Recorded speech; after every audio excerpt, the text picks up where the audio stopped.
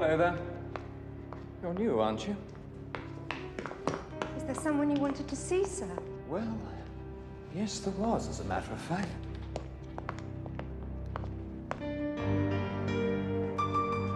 I'd rather like a few quick words with my wife.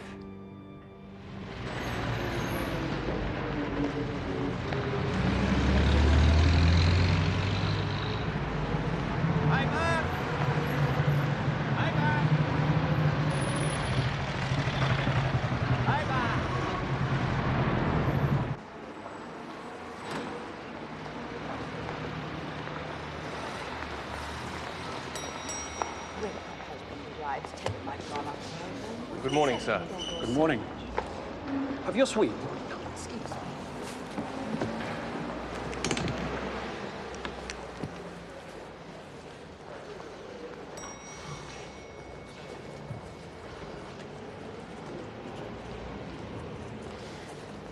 And how long will we be having the pleasure of your patronage, Monsieur le Comte? Difficult to say. I have a business in London of an indefinite nature.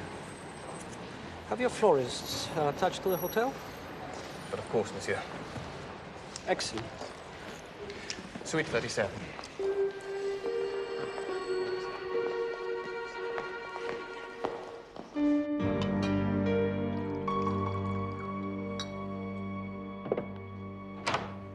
Flossie, darling. Ah. What the hell are you doing here, Carrington? Florence doesn't want to see you. I'd have thought the letter from the lawyer made that perfectly clear. Well, I'm sure we both want to spare Flossie the embarrassment of airing all our little family secrets. Get out of here. Rupert, I thought it was your voice. There's no need for you to talk to him, Florence. There's no need for you to even see him. But I want to talk to him, Father. Just for a moment, please. All right. 1 minute. And I want him out of this house.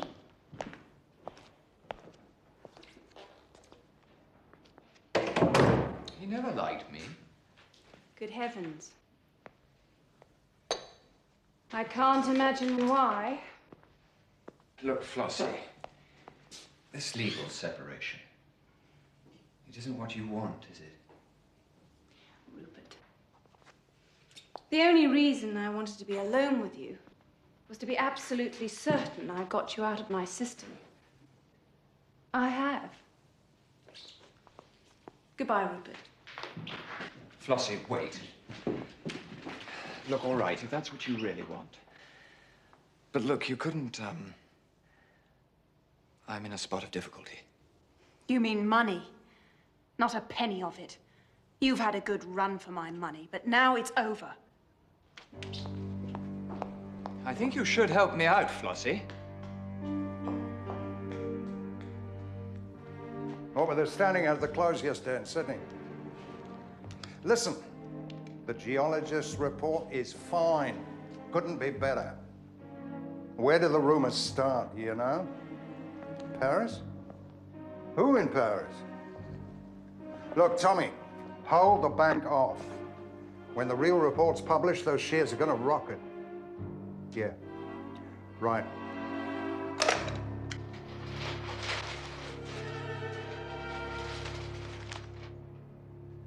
I say. Do you remember those shares Sandy Hackett tipped me to buy? Shares, Hastings?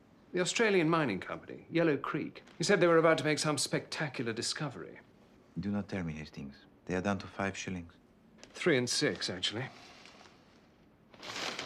I thought you didn't study the stock market. I do not, Hastings. I study the psychology. Monsieur Hackett is what we call the congenital optimist.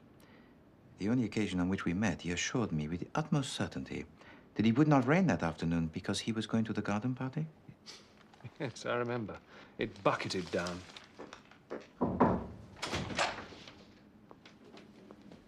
Mr. Gordon Halliday's here to see you, Mr. Poirot. Monsieur Gordon Halidej. Show him in by all means, Miss Lemon. Was that the Australian Gordon Halidej? Mais oui, the self-made millionaire par excellence. But he's the chairman of Yellow Creek Mines. Do you think he'd advise me? Hastings, I forbid you to mention it.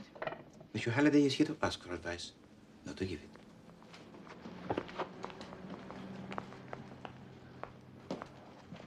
Mr. Poirot.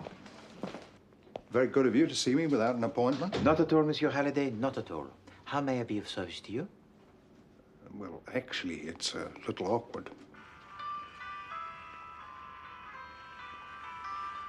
Flowers from Monsieur le Comte again, madam. Not more of them. What does he say this time? I am desolated not to have heard from you. Can it possibly be that I am condemned to take tea alone? Have pity, my lovely Florence, have pity. He hasn't changed one bit. Well, I could do with a bit of cheering up. Look, Mr. Poirot, money's no object. I want him got rid of. Poirot is not in the business of getting rid of people, Monsieur Halidej. He's not only European, Monsieur Poirot, he's a Frenchman. And he's not only a Frenchman, he's a wrong 'un. You see, it's hard for poor Florence. Everybody knows she's my only heir. That scares off all the decent blokes and brings the buzzards flocking. And this Comte de Rochefort's one of the buzzards. Yeah, knew it as soon as I heard his wings flapping towards us in Paris. Of course, Florence thought he was the bee's knees. I had a hell of a job getting her away from him. I thought I might find her someone more suitable in English society. The Honourable Rupert Carrington? Yeah, well, that was out of the frying pan into the fire with a vengeance. And now, just as she gets him out of her hair, back out of nowhere comes this so-called Count, staying at the Adelphi Hotel, spending a fortune on roses. Poirot is not in the business of vetting the potential husbands, Monsieur Halidej. I cannot help you. You keep telling me what business you're not in, Mr. Poirot. Can't you just run your eye over the pipsqueak for me? You're not a father, Poirot. You don't know what it's like trying to bring up a daughter all on your own. No wife to talk it over with? No one to ask advice?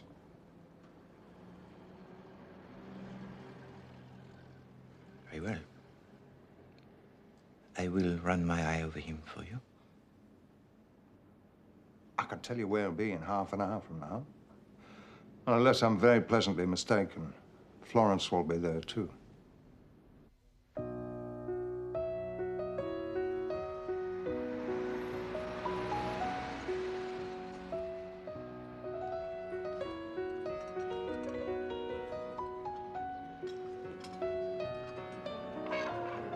Will you go to Crufts? Crufts is about the most exciting thing in London this month. No, that is not so. I was devastated when you left Paris, Florence. I was utterly destroyed. Well, I'm sorry about Paris. My father... Ah.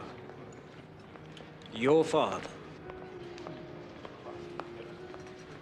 Perhaps he will look at me in a better light this time. Well, why? What's different this time? I have a job. I think the First National Bank of Paris will carry weight. Even with him.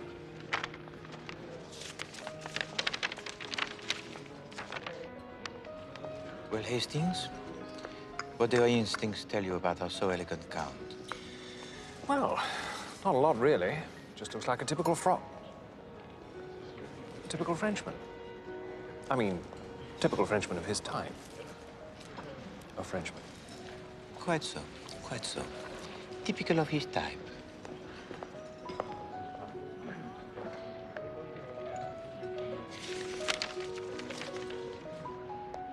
Bearer bonds. Worth 20,000 of your English pounds.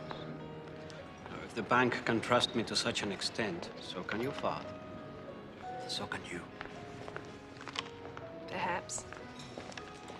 Is this something to do with some financial masterstroke? I will tell you all about it when we meet tomorrow. Oh, not tomorrow, I'm afraid. Tomorrow I'm going away for the weekend. I accepted an invitation months ago. Florence, how can I possibly be without you for another 3 days, now that we have found each other again? Well, you can always come and see me off if it'll make you feel better. I'm catching the 12:14 from Paddington, the Plymouth Express, and then changing at Bristol. Come and wave goodbye to me. It is only for 3 days.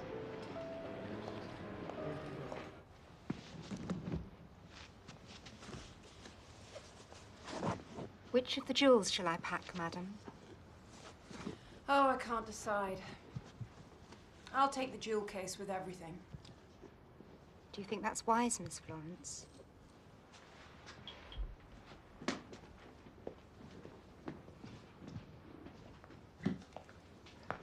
Florence, oh, do you have to wear those? With this? Don't be silly, Father. Pack these, Jane. Do you have to take them all? Daddy, you really do have to stop worrying about me. Be a dear. Help Jane with the cases. 150,000 shares, Count. 150,000. The Yellow Creek Mining Corporation. To be sold when they reach £1.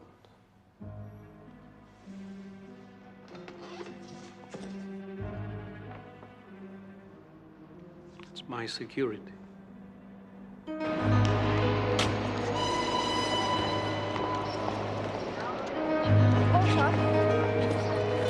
Careful with that heavy one.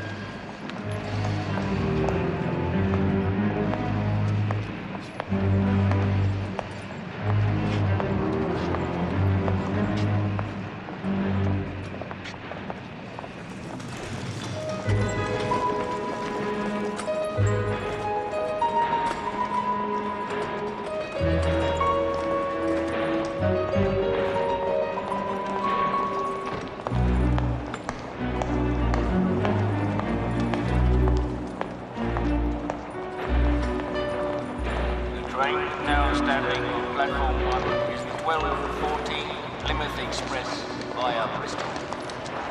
The 12:14 Plymouth Express via Bristol will depart from platform 1. Are you sure you wouldn't rather I stayed with you, madam? Quite sure. You go and find your own seat. Are you expecting company, madam?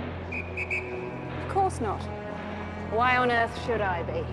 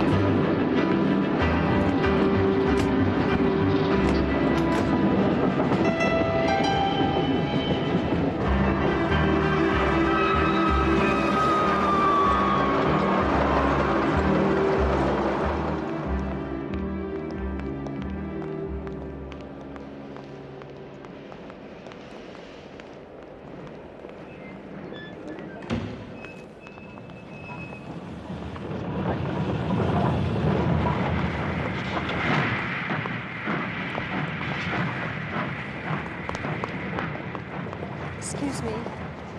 Do you know if that clock is correct? No right, dear. I'm afraid, my dear. Is Poirot in? I want to see him. Right now. Right this minute. Poirot. Florence has disappeared. You've got to do something, Poirot. She just disappeared into thin air. Now, calm yourself, Monsieur Halidej. How can I? I knew something like this would happen. Tell me. She was going away for the weekend. Her mates just called from Bristol station. They were supposed to change there. Only apparently Florence stayed on the train, said she had some business further on. Now, did she specify what business? No, she just said that she'd get the first train back to Bristol and then they'd go on together. But that is not necessarily to worry, my friend. But that was over 3 hours ago, Poirot. There's still no sign of her. I see. What really worries me is that when the maid went along to Florence's compartment at Bristol, there was a man in it with her.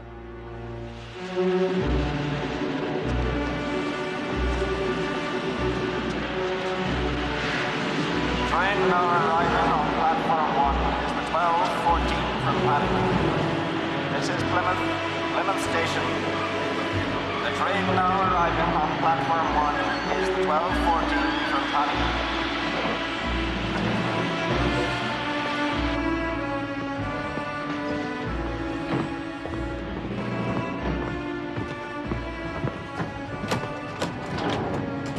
It all depends on you, sir.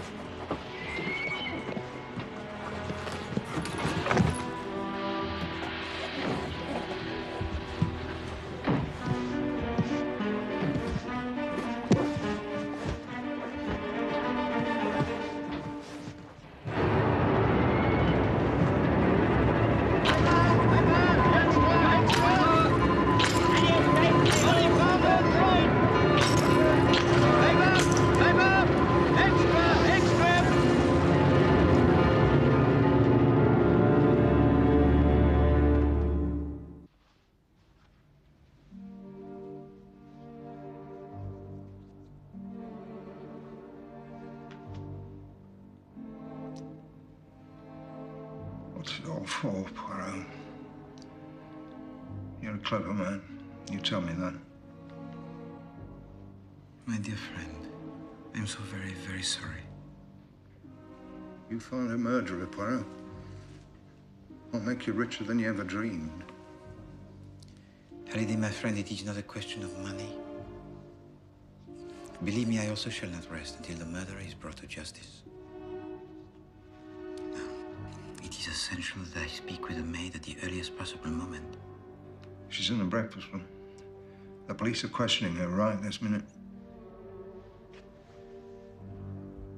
I tell you, I never saw his face. That's a bit hard to credit. Well, she made sure that I didn't. Mrs. Carrington. She was standing in the doorway when we got to Bristol with the luggage already out in the corridor. I just caught a glimpse of him over her shoulder. He had his back to me. Well, you must have noticed something. I told you he was tall. He had on a dark suit. And I think... I'm almost positive that his hair was dark too, but that's all I remember. All right, Poirot. Hastings, I heard you were here. Nasty business, this. Oui, d'accord. A genuine tragedy. If I may ask you, mademoiselle, did he seem to you in any way familiar? No, I don't think he did. Could it have been Mrs. Carrington's husband? Well, I only saw him once. I suppose it could have been. Have you ever met a man who calls himself Le Comte de Rochefort? No, sir. Bien. Thank you very much, mademoiselle. So, after you'd caught a glimpse of this man you might or might not have seen before, then what happened? I told you, Mrs. Carrington said she had business on the train and that I was to take the luggage and wait for her. Mr. Halidej tells me that Mrs. Carrington had a lot of jewellery with her in a blue Morocco travelling case. That wasn't with the stuff you took off the train? Oh, no, sir. She kept that with her. What do you think, Poirot? I presume that the travelling case of blue Morocco was not discovered with the body. You presume 100% correct. Mind you, that doesn't necessarily signify. For whatever reason the murderer had for killing her, he'd be a fool to let a bag full of valuable jewellery go begging. Or perhaps he took it to distract us from his real motive. Taxi!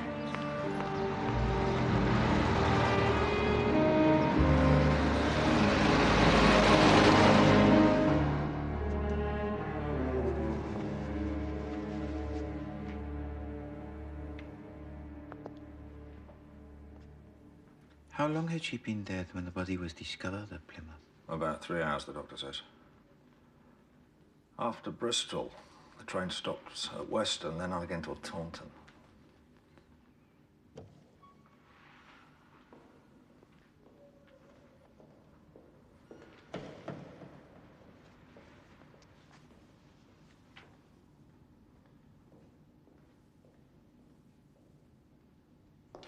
According to the pathologist, she was killed soon after the train left Weston at the very latest. Possibly before. Before the train reached Weston? Could be. The train for Plymouth departs from Pidington station at 14 minutes past 12, does it not? 12:14, yes. Hastings, what do you say to an invigorating ride into the West Country?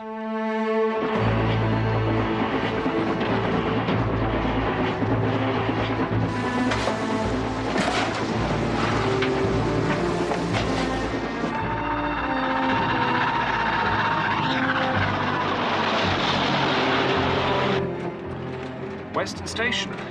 Dead on time. Exactly 25 past 3. Excellent.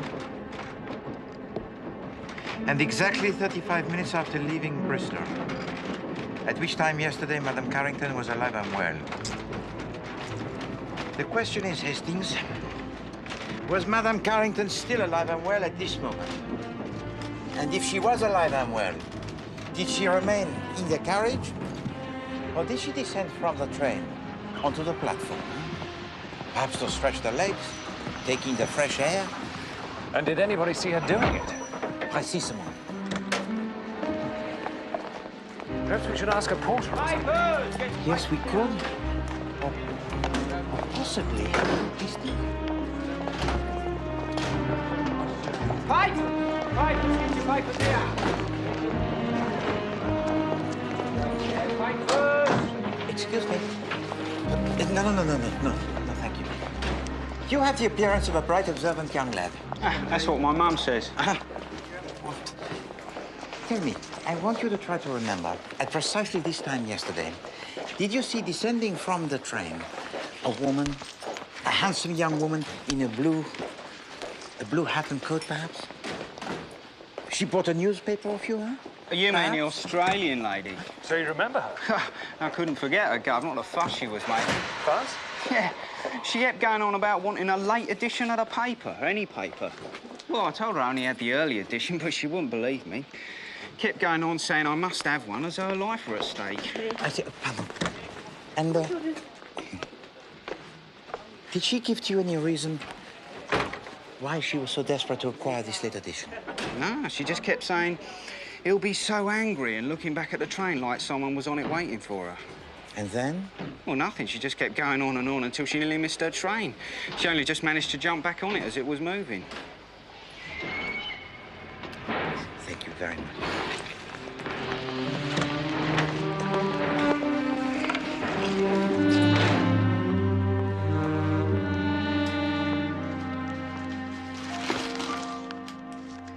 Early edition, late edition, early edition, late edition. Superb, Miss Lemmer. I knew that you could arrange it. Difficulties are made to be overcome, Mr. Poirot. Difficulties are made to be overcome. What a truly magnificent attitude. So, Hastings, let us divide these between us and examine them minutely.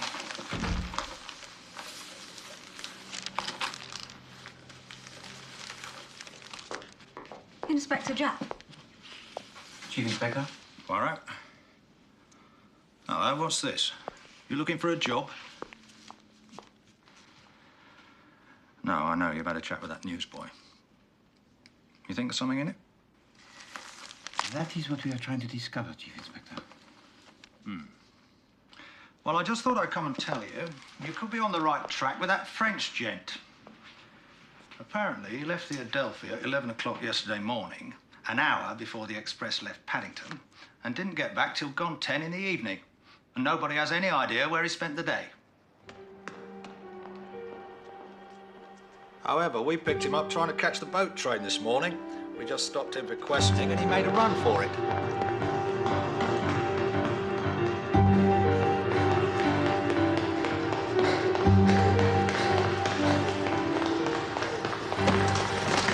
He's down at the station now. These papers have probably got nothing to do with it. Oh, no, Chief Inspector. When we shall discover why Madame Carrington was so anxious to acquire a late edition, then we shall know why she was killed and who is responsible.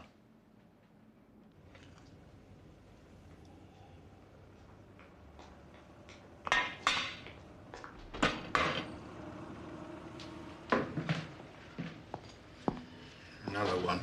I don't think I can, Mr. Carrington. I'm sorry. What do you mean, don't think you can? Well, for one thing, sir, I think you've had enough. And for another, there is the question of your bill. Who are you? Arthur Hastings. You know this fellow won't give me a drink, Arthur Hastings. Really? Well, perhaps I'll have more like 2 large scotches, please. Had a bit of luck at Ascot yesterday. Don't talk to me about Ascot. Horses. What were you on in the 3:30? I bet you were on Highland Laddie. Yes, I was, as a matter of fact. I hate people like you. 33 to 1. I put my shirt on Rising Star. Rising Star. Every penny I had in the world on that nag. My last chance. Must have given you a nasty shock when you read the result in the paper. Shock. Do you know why I'm here? This is the only place I know where my bookmaker can't get at me. I mean, I don't want to sit here drinking. I actually dislike drink. Do you know that? Why did you back Highland Laddie? Oh, I had a tip. I really dislike people who get tips. Thank you. You're a good chap, though. You've got to be fair.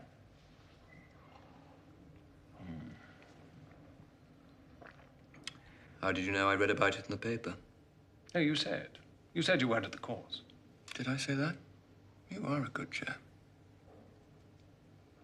Every penny I had. I looked at that newspaper. I could be a success, you know, if I just had the capital. And tips. Isn't there anyone you could go to for capital? Not a soul in the world. Not now. I don't want to talk about that.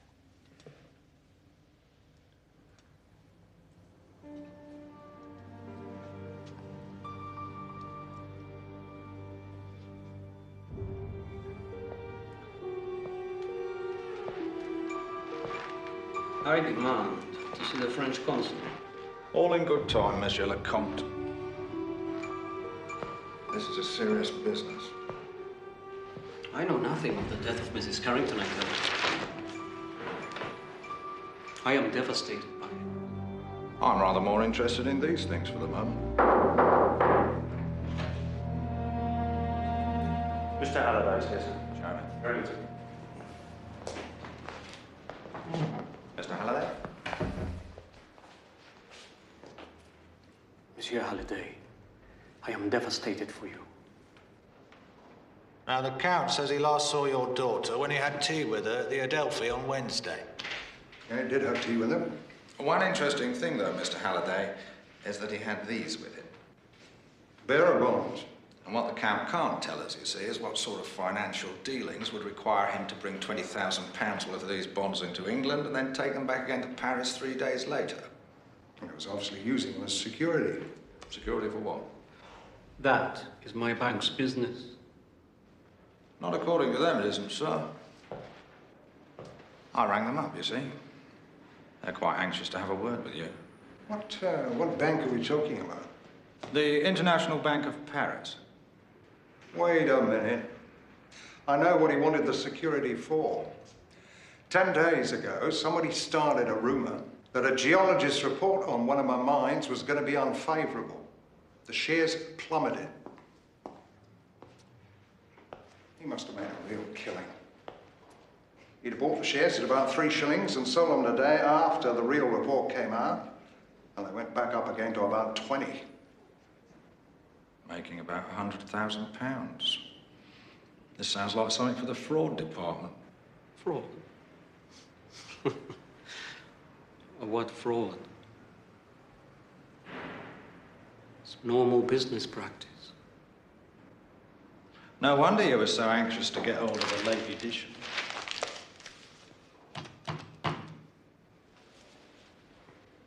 He went down to Ascot, put everything he had on Rising Star. As soon as he knew the horse had lost, he asked Florence for a loan. She refused it. Right, Poirot, the frog's cracked. I knew it. What he was reckoning was he'd use Mrs. Carrington as a backup in case his deal went wrong. No. He lost every penny he had at the races. Races? Who had? What races? Rupert Carrington, No, Rising it's Star. got nothing to do with Carrington. Now, please, my friends, if you please. How can I possibly arbitrate between your two ingenious theories if I can hardly distinguish one word of them?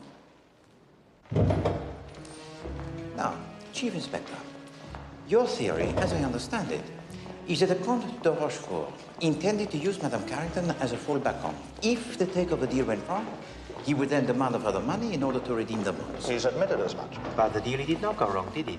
So why should the Count kill for the jewels of Madame Carrington? Whereas, Hastings, your theory is that when Monsieur Carrington discovered that his certain winner had fell at the last fence, he then demanded from his wife the money in order to remove the threat of the bookmakers. And when she refused, he killed her for her jewelry. Exactly. Then you tell me, Hastings, why does Monsieur Carrington still lurk about his club, drinking himself into oblivion and shaking with fear of what they might do to him, these very same bookmakers? These feverish speculations they will not do. Order and method will be our guides. Now, I have been consulting the admirable files of Miss Lemon. So, Chief Inspector, get 4 of your best men and meet us at this address at 9 o'clock. Find the jewels and you find the killer.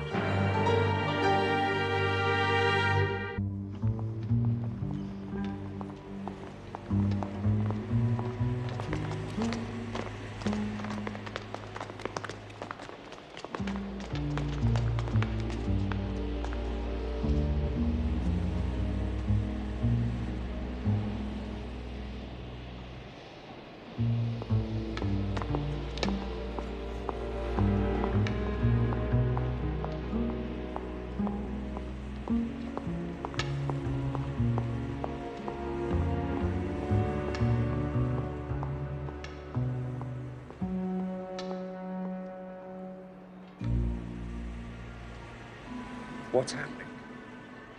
Nothing. He's knocking at the door. Hold on, someone's answered.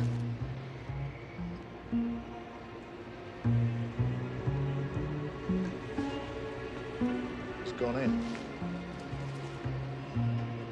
I wish I knew what he was up to.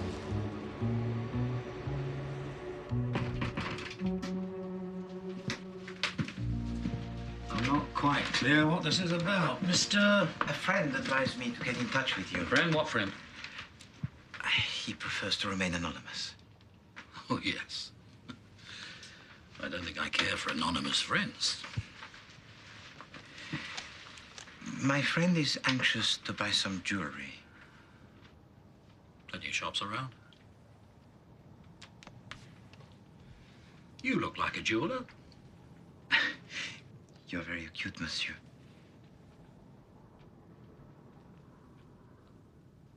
Very well.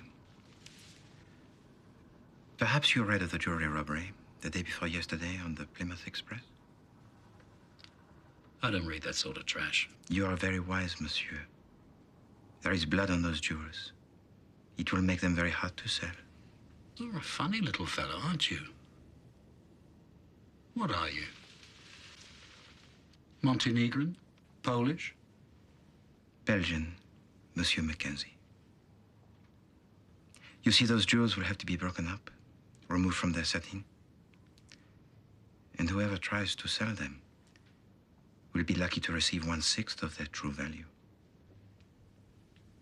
I don't know what your game is, monsieur. I really don't. My friend is a truly private collector. He would not be so fussy. He would not care if the jewelry were left in its original condition. In fact, he would prefer it. Let's hope it stays fine for him. You got the wrong shop. None of this means anything to me. I see.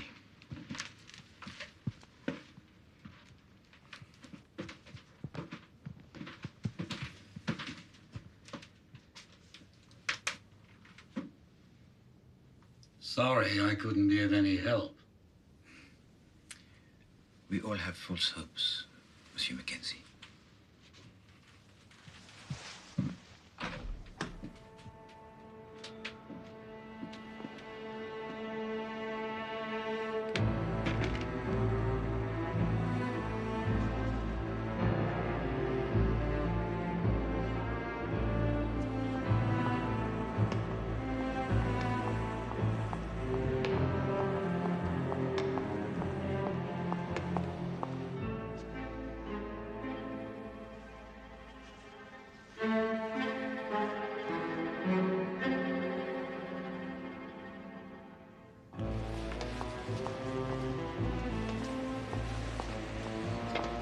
How'd it go, Poirot?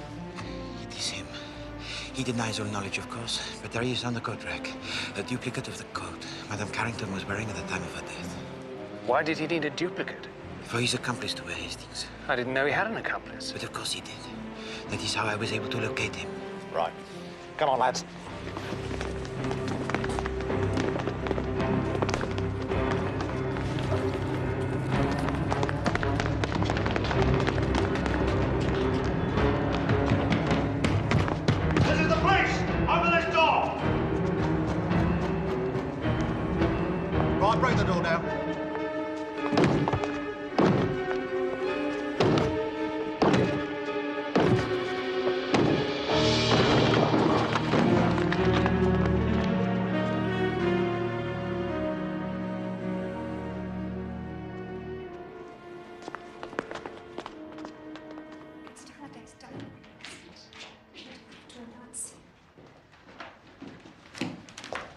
I want a word with you, Mr. Halidej. You weren't welcome when my daughter was alive. You're even less welcome now. I don't care if I'm welcome or not. Why should you have an easy conscience? This horror would never have happened if you hadn't come between Flossie and me. The only thing that came between you and Florence was your character. She saw you for what you were. No, she saw what you wanted her to see. You could never let her go, could you? Yeah, what is it, Mason? It's the inspector from Scotland Yard, sir, and a lot of other people.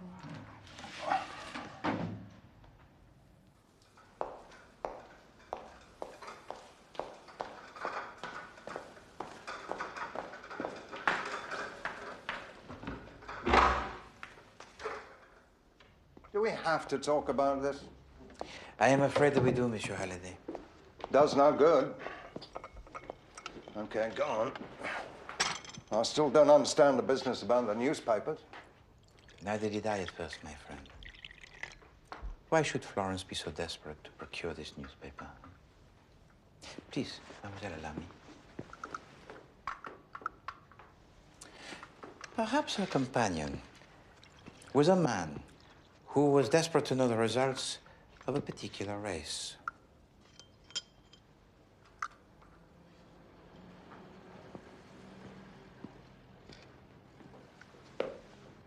Thank you, mademoiselle. Or perhaps her companion was a man who desperately needed to know the close of day figures on the stock market. Absurd. I tormented my brain. I agitated the little gray cells without mercy. Why did Florence Carrington so desperately want that newspaper? And what was the answer? The answer, my friend, was that she did not. Now, once this idea presented itself to me, the truth, it soon became very clear. You see, I knew Florence was murdered because of her jewels, but I also knew something about the man who killed her. Knew what? The man I was looking for had to be a thief of the most steel-hearted, one capable of committing the senseless murder of an innocent young woman. So I looked in the files of Miss Lemon, and what do I find? I find a jewel thief by the name of Mackenzie.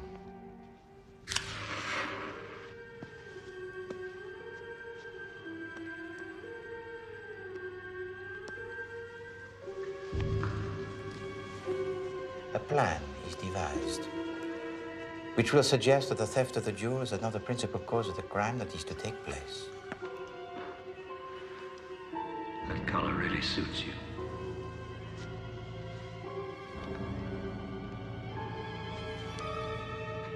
Florens Carrington is traveling with the jewels alone and unprotected on the Plymouth Express. Monsieur Mackenzie has also boarded the train at Pidington. Just as the train reaches Bristol Station, he advances towards a carriage.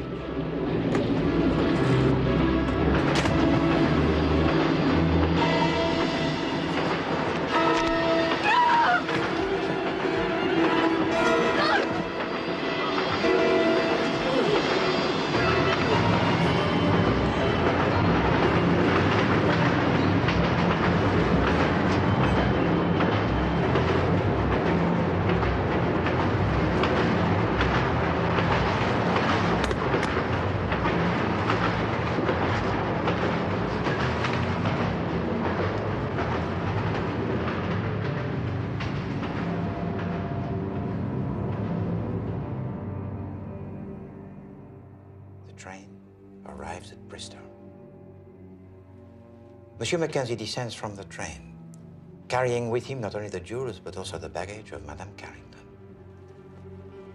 Now, if anybody had looked at the carriage as the train left Bristol Station, they would have noticed Madame Carrington alive and well. Indeed, at Weston, she apparently descended from the train onto the platform where she made a great fuss about acquiring the late edition. But this was to ensure that the newspaper boy would remember her. Hang on a minute.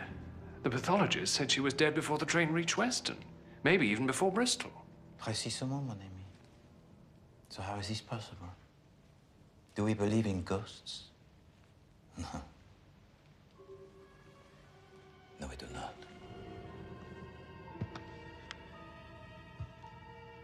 It was not poor Mademoiselle Florence who was seen traveling on the train to Weston. It was not Mademoiselle Florence who made at Weston Station the fracas. It was the accomplice of Monsieur Mackenzie, wearing the duplicate blue coat.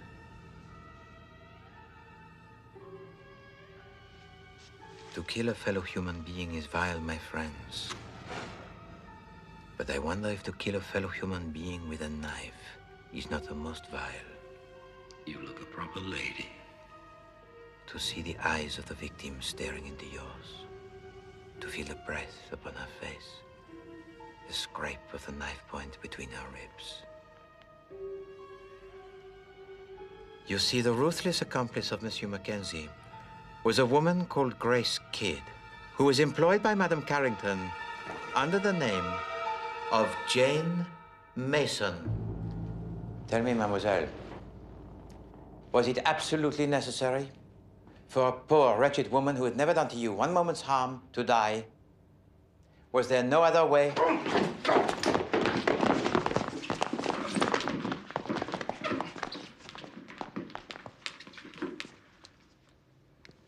Those jewels would have set us up for the rest of our lives. Why take chances? Right, that'll be enough of that. Take her away, lads.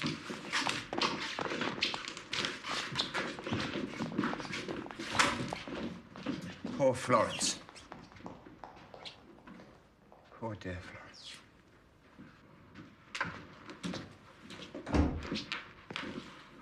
We found the jewel case in Mackenzie's house, Mr. Halidej. They're not mine. I know the contents of my daughter's will. They belong to that creature there.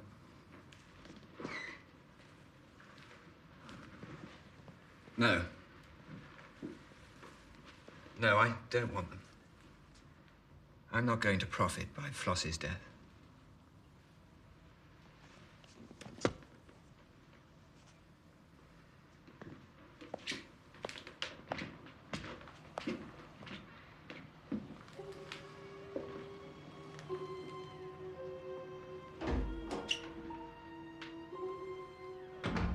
Most sad. Most sad. I shall go now, I think. Oh, you think so, do you? You may not be a murderer, Monsieur le Comte, but you're still a swindler. You're coming back to Scotland Yard.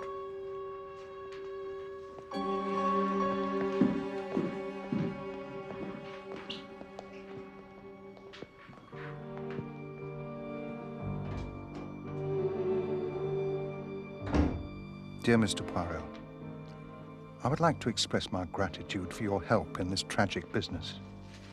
Your logical and businesslike approach was something I could cling to in the depths of my despair. I hope sometime in the future to be able to find a measure of such quiet strength. Then perhaps I can start again. I'm returning home to the memory of happier times. Old friends may help me live with the past.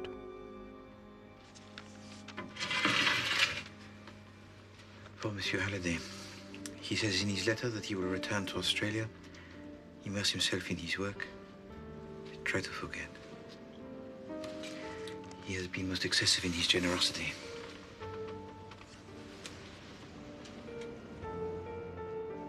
Poor man.